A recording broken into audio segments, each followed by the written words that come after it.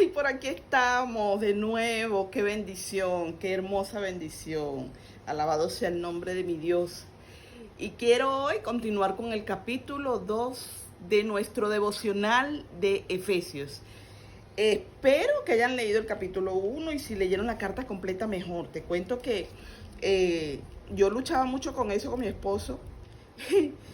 Porque bueno, pero yo leí este versículo, pero yo, no, tienes que leerla completa para que entiendas el contexto y todo eso. Y hoy en día entiendo que realmente es necesario leerla completa para entender mejor el mensaje de estas cartas hermosas. Yo les cuento algo. Yo anhelo que el Espíritu Santo haga en mí como hacía con el apóstol Pablo. Qué cartas tan hermosas y una inspiración del Espíritu Santo perfecta. Dios hablando definitivamente. Nosotros no tenemos más nada que buscar. Tenemos la palabra completica del Señor con una potencia, un poder, con la capacidad de hacerte ver a ti mismo a través de ella, de atravesarte, de confrontarte, de hacerte reaccionar a las cosas que muchas veces nosotros no nos damos cuenta, ni porque nos los diga otra persona. Así que la palabra del Señor es viva y eficaz, como lo dice. Ella es suficiente para todo. Bueno, y ahora en el capítulo 2 de nuestro devocional, del libro de los Efesios, de la carta de los Efesios, o de la epístola a los Efesios, vamos a empezar a leer, vamos a leer el versículo 1, 2 y 3, para que vayamos entrando en calor. Dice la palabra del Señor en el nombre del Padre, del Hijo y su Santísimo Espíritu, que nos ilumine esta palabra revelada preciosa. Y Él os dio vida a vosotros cuando estabais muertos en vuestros delitos y pecados, en los cuales anduvisteis en otro tiempo, siguiendo la corriente de este mundo, conforme al príncipe de la potestad del aire, el espíritu que ahora opera en los hijos de desobediencia, entre los cuales también todos nosotros vivimos en otro tiempo en los deseos de nuestra carne, haciendo la voluntad de la carne y de los pensamientos, y éramos por la naturaleza hijos de ira, lo mismo que los demás. Fíjate la condición que nosotros teníamos antes de llegar a Cristo. Nosotros nos dejábamos llevar por la ira. ¿Por qué? Porque nos dejamos llevar por nuestras propias pasiones. Nosotros nos dejamos llevar por nuestros pensamientos. No era Cristo el que operaba en nosotros porque no lo teníamos. Cuando nosotros estamos hundidos en el pecado, sencillamente creemos que todo lo que hacemos está bien. Por eso es interesante que en el capítulo 1 que leímos anteriormente nos damos cuenta que nosotros hemos sido redimidos, reconciliados con Dios a través del sacrificio de Cristo, por quien hemos sido adoptados y ya no somos unas criaturas pecadoras que andan por ahí sin rumbo y sin saber cuál es su propósito. Ya somos adoptados, somos hechos hijos de Dios y ya sabemos que nuestro propósito es agradar al Padre. Entonces, cuando entendemos el propósito, que es alabar al Señor y glorificarlo, predicando y viviendo este evangelio precioso, nosotros ya tenemos otra manera de ver las cosas, porque lo vemos a través de Cristo. Vemos las cosas a través de ese filtro hermoso que es Cristo Jesús. Entonces nosotros vemos, yo con mi cuadernito de apuntes, ustedes saben que soy medio me gusta el cuaderno y el lápiz más que lo digital, aunque no niego que uso lo digital, porque es una muy buena herramienta, pero en estas cosas prefiero lo físico. Primero que me inspira, el escribir me ayuda y no me cansa tanto la vista, y me gusta que se den cuenta de que nosotros debemos llevar un devocional muy personal, ¿cierto? Y no es que en una computadora no puedes hacer tu agenda o no, pero siento que no es lo mismo. Y tenemos que tener cuidado con los modernismos, de utilizarlos de buena manera, de utilizarlos de manera edificante. Claro está, algún día no habrá papel para hacer estas cosas, pero mientras exista, yo lo sigo haciendo. Y anoté en estos apuntes que les estoy comentando, que siempre me van a ver con un cuaderno mientras pueda, escribí lo siguiente: Pablo nos habla de cómo, a pesar de nuestra naturaleza humana, una naturaleza caída, Dios nos ha dado una nueva oportunidad de vivir. Este capítulo resalta 3 puntos importantes y vamos a ver estos 3 puntos, en el cual vemos en el primer punto vamos a ver 5 versículos de estos 3 que yo ya leí, faltarían 2 de este capítulo 2. Estamos perdidos, pero Dios nos dio vida. Y es lo que estábamos leyendo y que leímos hasta el versículo 3. Estábamos perdidos y por eso éramos hijos de ira, porque nos dejábamos llevar por nuestros propios impulsos, nos dejábamos llevar por nuestras propias pasiones, nos dejábamos llevar por nuestros deseos, por las concupiscencias de nuestro corazón, que nos llevaban perdidos y cautivos en el pecado. Pero fíjense ustedes lo que dice ya el versículo 4 y el versículo 5. Pero Dios, que es rico en misericordia, por su gran amor con que nos amó, aun estando nosotros muertos en pecados, nos dio vida juntamente con Cristo. Por gracia sois salvos, dice entre paréntesis. Estábamos muertos. El pecado nos tenía ciegos, muertos, condenados a una muerte eterna.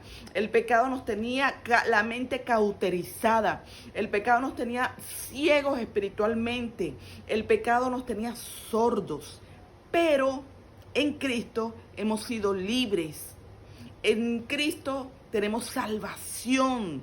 En Cristo tenemos vida eterna. Ciertamente esta vida secular va a acabar porque esta materia, este material, esta carne va a morir algún día. Pero hay una esperanza en Cristo Jesús de que vamos a vivir en su reino, que vamos a vivir en gloria con Él, que vamos a estar gozándonos en su presencia, alabándolo. ¿Cierto? Entonces nosotros debemos ver esta diferencia. ¿Cómo es mi vida ahorita? ¿Cómo puede ser con Cristo si no lo he reconocido? ¿Cómo estoy yo aún habiendo reconocido a Cristo? ¿Realmente estoy haciendo las cosas para honrarlo y agradarle a Él? ¿Realmente estoy cumpliendo el propósito por el cual el Señor me creó? Es bueno que meditemos en esto. Según estos versículos en mi apunte yo anoté, Pablo comienza recordándonos que antes de conocer a Cristo estábamos muertos, lo que le vengo diciendo. ¿Estábamos muertos en qué? En nuestros pecados. Vivíamos alejados de Dios, siguiendo nuestros propios deseos y en un camino que solo nos llevaba a la destrucción. Pero gracias a su gran amor y misericordia, Dios nos dio una nueva vida a través de Jesús. Él nos rescató cuando ni siquiera lo buscábamos, porque Él fue el que nos buscó. Él fue el que nos escogió, porque no es del que corre ni del que quiere, sino del que Dios tiene misericordia. Y en esa misericordia estamos tú y yo. Estábamos totalmente perdidos en nuestra carnalidad, creyendo que lo que nosotros hacíamos según nuestros deseos carnales estaba bien. Pero una vez que el Señor nos ve y nos dice, nos ve con ojos de misericordia y nos dice: ven, hijo mío, eres tú. Y el Espíritu Santo abre nuestros oídos espirituales, abre nuestros ojos, podemos ver con claridad que Cristo es la fuente de la vida, que Cristo es el Redentor. Oye, ¿quién? No hay ser humano que hubiera podido pagar el precio que el pecado carga sobre nosotros. No existe ni existirá, porque el que existió es Cristo. Qué hermoso cuando nosotros entendemos esto y sabemos que debemos vivir para Él, para servirle a Él y para servir al prójimo, porque eso fue lo que Él mandó a hacer.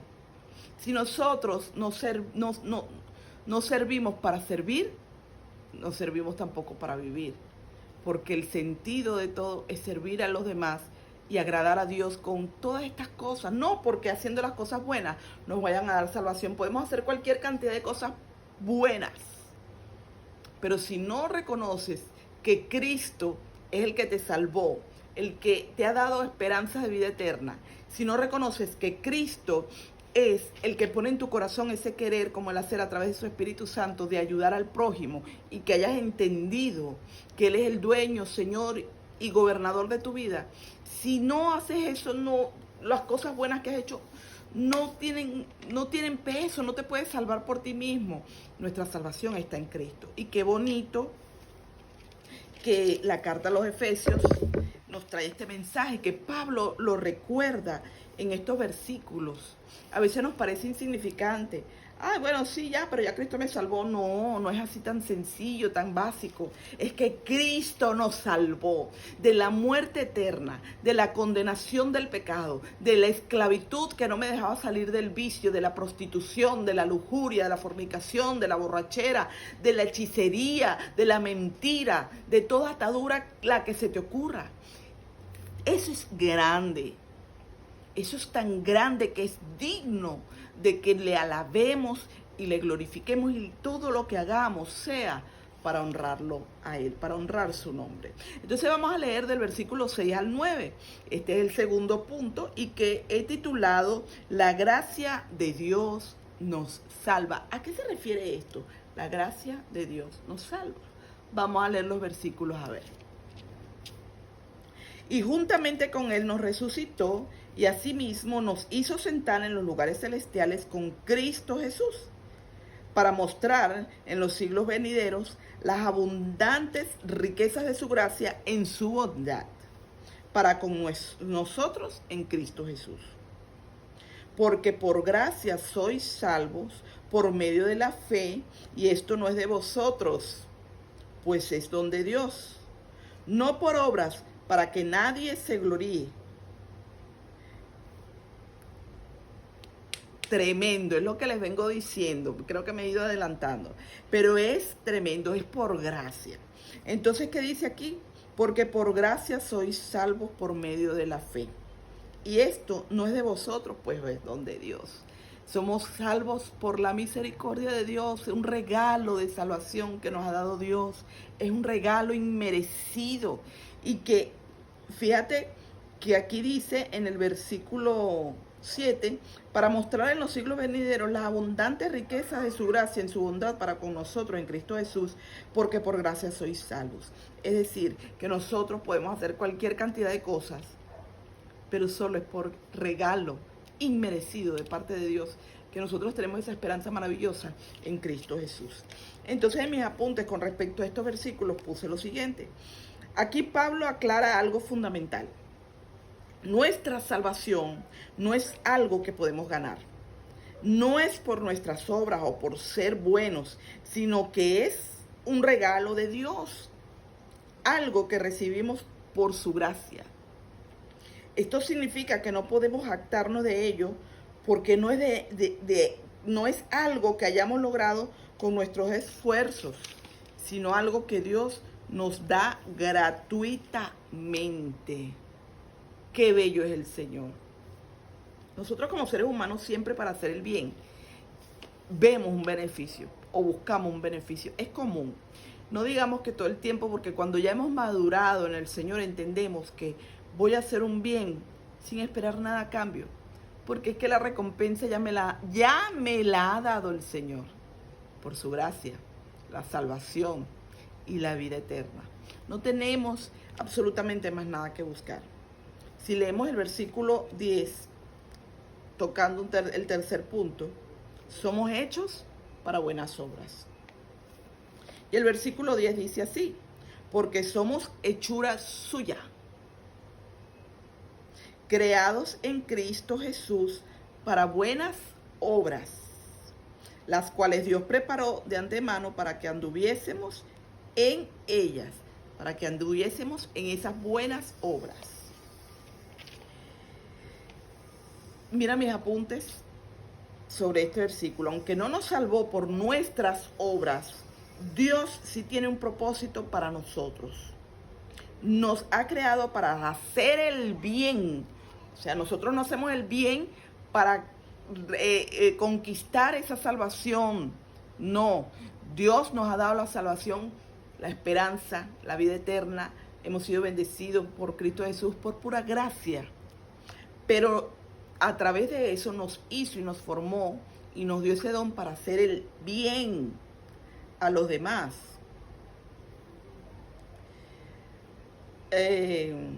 Dios sí tiene un propósito para nosotros. No nos ha creado para hacer el bien, para vivir una vida que refleje su amor y su misericordia. ¿Cómo?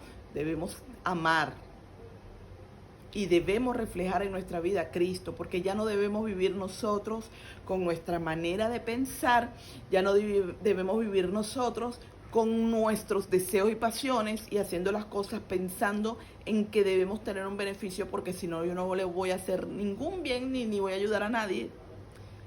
No funciona así. Debemos hacerlo reflejando el amor y la misericordia, porque Dios nos dio gratuitamente y sin merecer una esperanza en su infinito amor. Nosotros debemos reflejar esa misericordia infinita de Dios hacia el prójimo. No es una carga, sino una forma de mostrarle al mundo quién es Él, cómo nos transformó. Porque ya no podemos ser egoístas, ya no podemos pensar en nosotros mismos, ya no podemos creer que siempre estamos bien y de lo que yo hago es lo perfecto y lo bueno.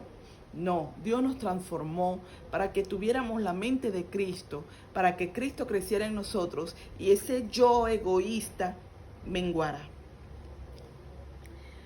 Yo les invito a leer el capítulo 2 completo, como siempre, porque es importante que nosotros comprendamos bien esto. Repasemos el capítulo 1 y continuemos con el capítulo 2 para poder entrar más a esa profundidad y que sea el Espíritu Santo que los guíe, que nos guíe y que nos ayude a continuar conociéndolo mucho más a través de su palabra, y que podamos meditar en esto y que podamos ir creciendo y edificándonos a través de estas cosas, entendiendo que no somos nosotros merecedores de nada y que el Señor me escogió porque yo soy bonita y tengo el pelo churco, y que el Señor me escogió pues bueno, porque es que yo me lo merecía. No te merecías nada, no nos merecíamos eso. Nosotros nos merecíamos la condenación y la muerte eterna, donde el ay no cesa. Eso nos merecíamos por repudiar, por dejar que el pecado gobernara nuestra vida ofendiendo a Dios. Pero Él en su misericordia nos escogió y nos ha regalado el precio de una salvación y vida eterna, un precio que tú y yo no íbamos a poder pagar. Nos ha regalado a Jesucristo, nos ha regalado ese sacrificio hermoso, que a través de ese sacrificio hoy en día podemos entrar a ese lugar santísimo y permanecer en la presencia de nuestro Padre amado, que ha hecho todas las cosas por amor a nosotros. Y que con su infinito amor, cuando Jesús ascendió a los cielos nuevamente, no nos dejó solos y abandonados, nos dejó su Espíritu Santo para que hoy entiendas esta palabra. La gloria sea del Señor. Este capítulo nos recuerda que aunque estábamos perdidos, Dios nos dio una nueva oportunidad de vivir. Si aceptamos este regalo de gracia, nuestras vidas pueden cambiar para siempre. Somos salvos por Él, por Jesucristo. No por lo que hagamos, pero sí para hacer lo que Él ha planeado para nosotros. Somos salvos no por lo que hagamos, pero sí para hacer lo que Él tiene planeado para nosotros. Fuimos creados con un propósito, y el propósito es alabar el nombre de Dios. ¿Y cómo le alabamos? Una manera es, y la principal, es dar estas buenas nuevas de salvación a todo el mundo. Hay almas que necesitan de Cristo y que no entienden estas cosas. Prediquemos sin cansancio del Dios Todopoderoso que creó el cielo y la tierra y que cada mañana renueva su misericordia, para que hoy nosotros podamos estar de pie. Prediquemos de ese Cristo, Hijo de Dios, que dio su vida en la cruz del Calvario, muriendo, lacerado, molido, maltratado, humillado por nosotros, para pagar el precio del pecado que jamás, no existe manera de que lo hubiéramos pagado nosotros. Estábamos condenados, pero a través de ese sacrificio Él nos dio redención y hemos sido bendecidos y somos hechos hijos de Dios, y nosotros tenemos esa salvación y esa vida eterna. Somos hechos hijos de Dios y estamos sellados por el Espíritu Santo, y nadie nos arrebatará de su mano. Creer en ese Espíritu poderoso que Él dejó en nosotros, para que hoy en día podamos comprender esta palabra revelada y podamos también tener la valentía y la pasión de ir al mundo y predicar este hermoso evangelio. Si no has reconocido a Jesucristo como Señor y Salvador, este es el tiempo. Así que te invito a que te arrepientas de tu pecado, de que te analices, que veas qué actitud has tenido en tu vida que ha ofendido a Dios y reconozcas que Jesucristo es tu único Salvador, el Rey de tu vida y el gobernador de tu existencia y el que debe llevar la dirección de tu andar.